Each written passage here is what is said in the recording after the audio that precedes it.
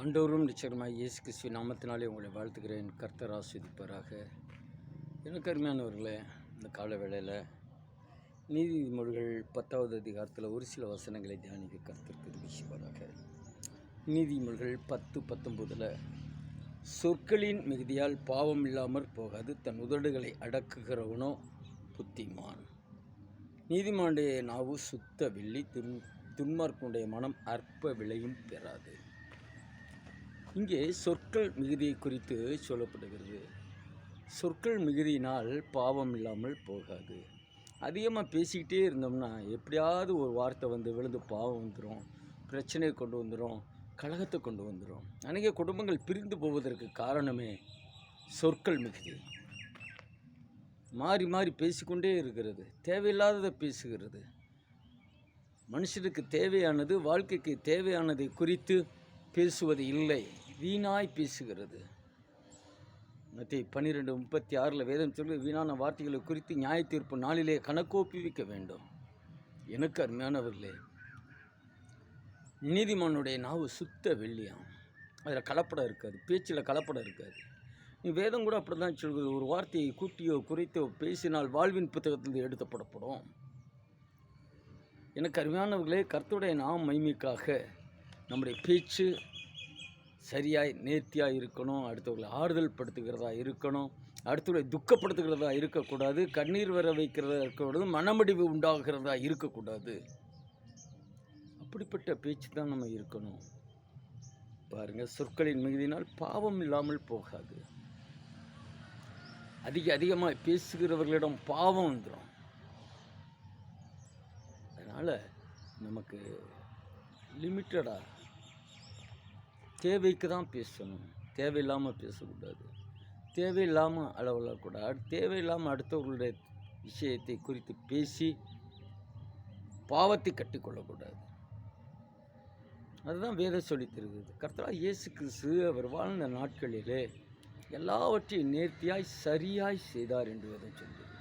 அவர் பேசுகிற காரியங்களில் குற்றம் கண்டுபிடிக்க முடியல.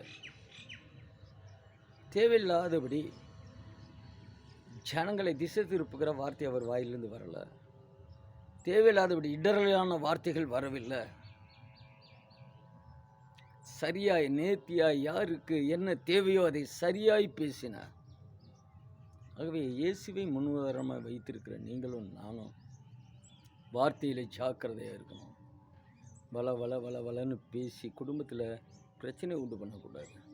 வளன்னு பேசி ஸ்தோத்திரம், நண்பர்கள், சுற்றத்தார், சபையில் சலசலப்பையும் தேவையில்லாத காரியங்களையும் உருவாக்கக்கூடாது. வேதம் சொல்லுகிறது, தன் உதடுகளை அடக்குகிறவன் புத்திமான். புத்திமானாக இருக்க வேண்டும் என்று கர்த்தர் விரும்புகிறார். இந்த கால வேளையில் நாம் பேச்சை குறைப்போம், செயல்படுவோம். பேச்சை குறைப்பீர் பெருக்குவீர் உழைப்பேன்னு உலகத்தில் கூட சொல்லுகிறார்கள். நாமும் பேச்சை குறைப்போம், தேவ பக்திக்கு ஏதுவாய் உழைப்பை பெருக்குவோம்.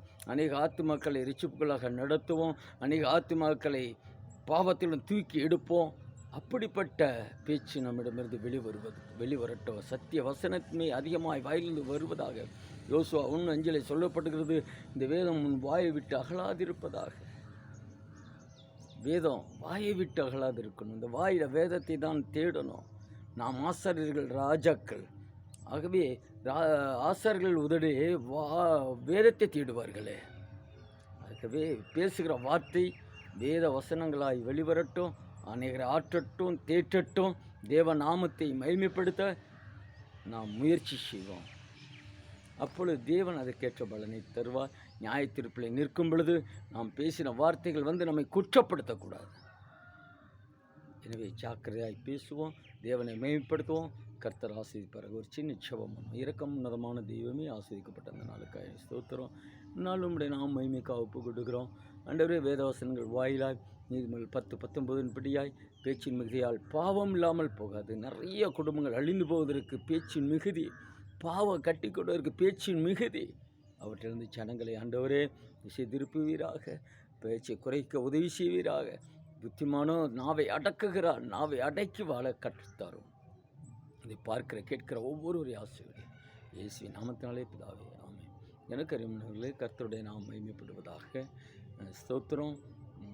ஒவ்வொரு 3வது சனிக்கிழமையும் லீபனோன் ஜெபத்தோட்டம் பால்பண்ணை bus stop Sirumalai road Rendalaiparai என்கிற இந்த ஸ்தலத்தில், திண்டுக்கல் இந்த ஸ்தலத்தில் விடுதலை உபாசம், இந்த பிசாசின் பிடி பிலிசுனி கிரியைகள் தீராத வியாதிகளுக்காக தனித்தனியாக செபிக்கப்படும், இலவசமாக செபிக்கப்படும்.